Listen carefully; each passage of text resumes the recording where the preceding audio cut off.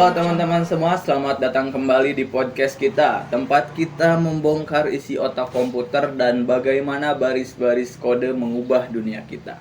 Saya Wikulino Hong dan hari ini kita akan bahas topik yang kedengarannya intimidatif, algoritma pemrograman dinamis atau dynamic programming. Jujur, dengar namanya aja udah bikin pusing.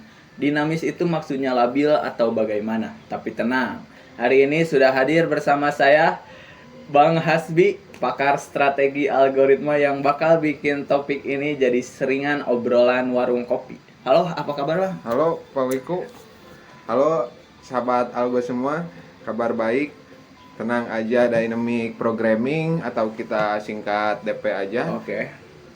Itu nggak seseram namanya kok, justru ini teknik yang paling manusiawi sebenarnya. Oh, menarik nih teman-teman. Yang siapin cemilan kalian, kita bakal masuk ke dunia efisiensi tingkat tinggi.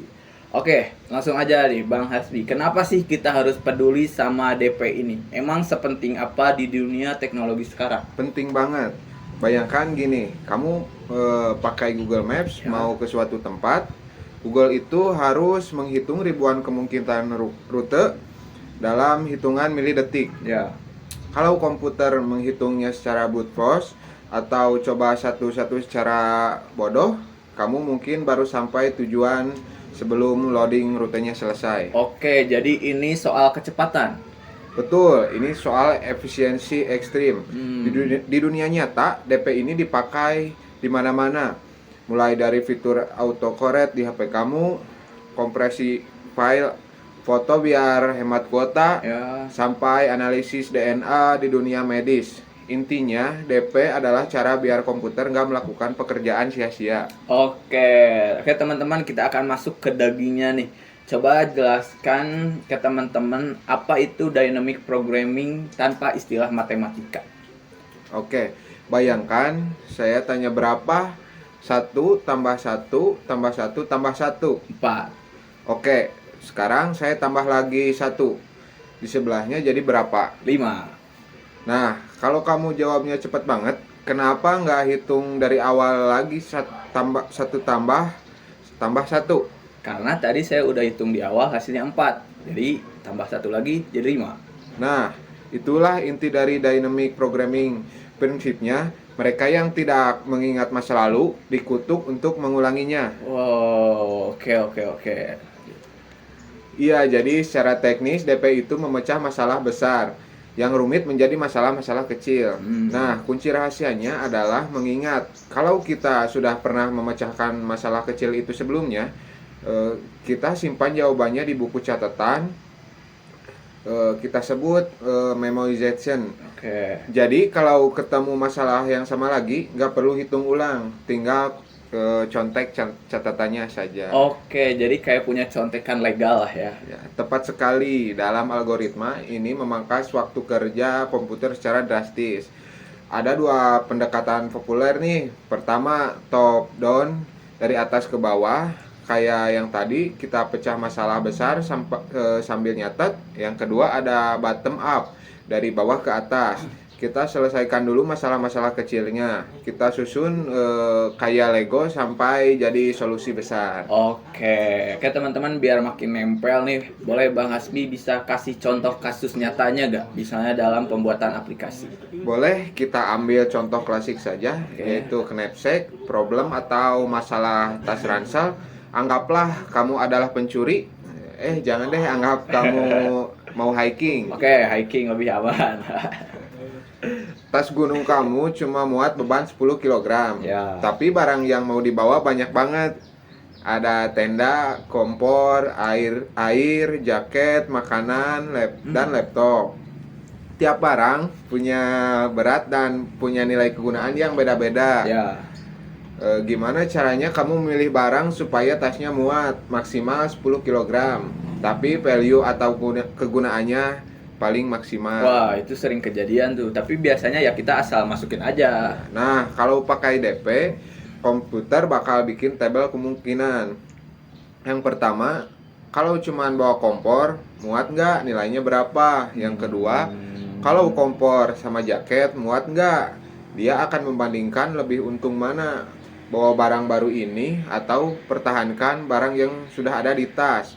Dengan DP kita dapat kombinasi paling sempurna secara matematis tanpa harus mencoba ribuan kombinasi packing bongkar pasang tas secara manual. Oke, jadi dia menghitung keputusan terbaik di setiap langkah kecil penambahan barang. Betul, keputusan saat tas kapasitas 1 kg akan dipakai untuk menentukan keputusan saat kapasitas tas 2 kg dan seterusnya. Oke, wah teman-teman kedengarannya sangat canggih banget ya. Tapi pasti ada susahnya juga dong. Apa tantangan terbesar nih kalau developer mau pakai strategi ini?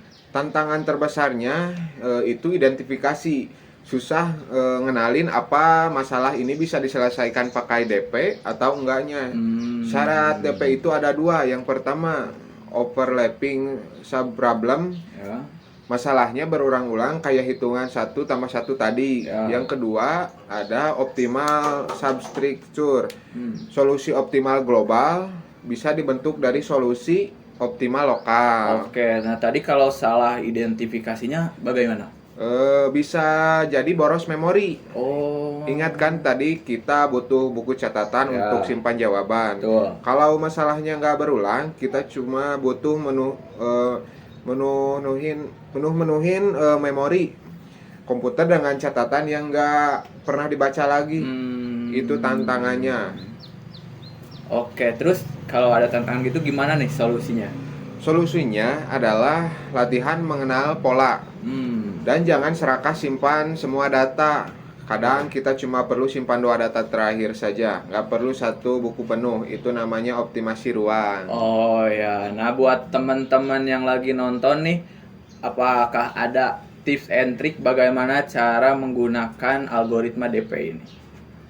Ada tips, ada 3 tips dari saya. Yang Oke. pertama, jangan langsung ngoding.